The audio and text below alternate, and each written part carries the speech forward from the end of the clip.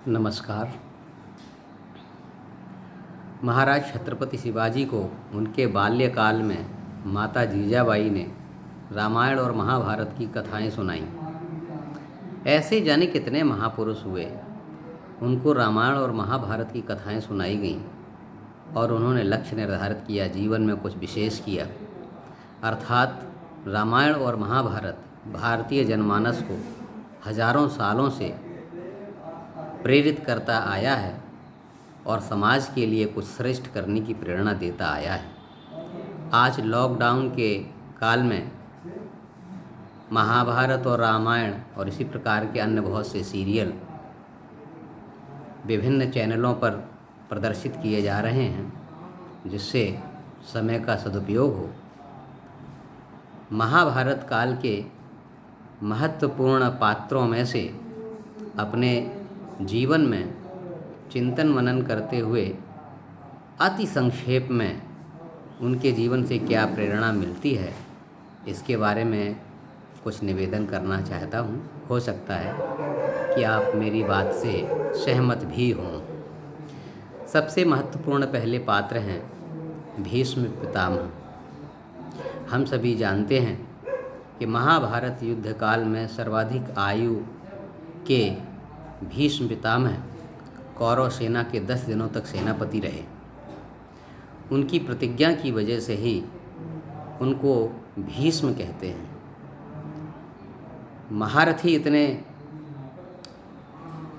कि वो अपने गुरु परशुराम को भी युद्ध में जिन्होंने छकाया हो, महत्वपूर्ण थे। इसलिए 10 दिनों तक संपूर्ण कौरव सेना का उन्होंने नेतृत्व किया। ज्ञानी इतने कि भगवान कृष्ण को भी स्वयं जानते और पहचानते थे कि ये वास्तव में परमेश्वर ही हैं।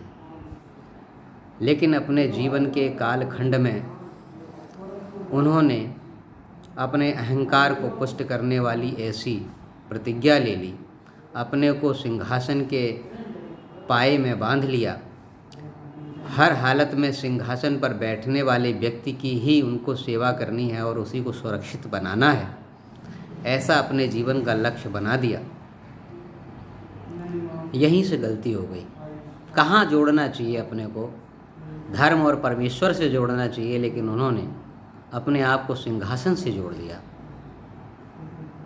द्रौपदी के चीरहरण को आँखें होने पर भी देखते रहे। सोचा जाए, विचार किया जाए कि दुनिया के सर्वश्रेष्ठ शक्तिशाली कहे जाने वाले महापुरुष लोग, उनके सामने उनकी ही पौत्र वधू का वस्त्र हरण किया जा रहा है और वो बंधे हुए सिंहासन से उसका प्रतिकार भी नहीं कर पा रहे हैं। आखिर उस परिस्थिति में कोई अबला, कोई असहाय व्यक्ति किससे न्याय मांगे।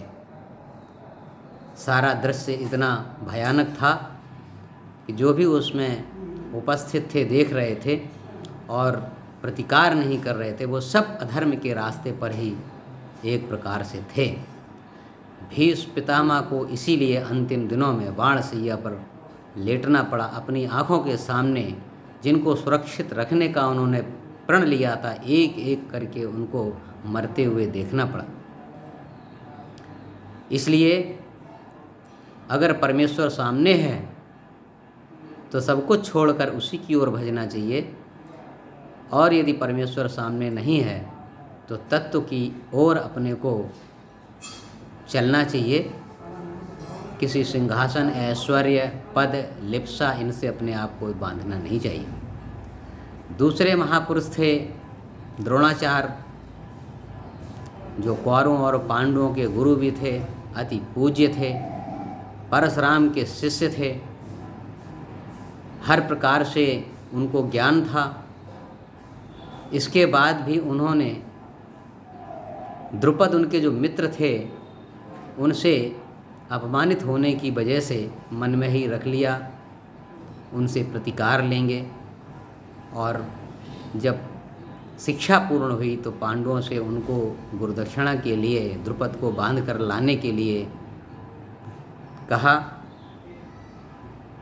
कैसी अजीब परिस्थिति है कि अगर किसी के प्रति कोई भाव है तो उसको हम विद्वेष को इतने दिनों तक मन में दबाए रखें।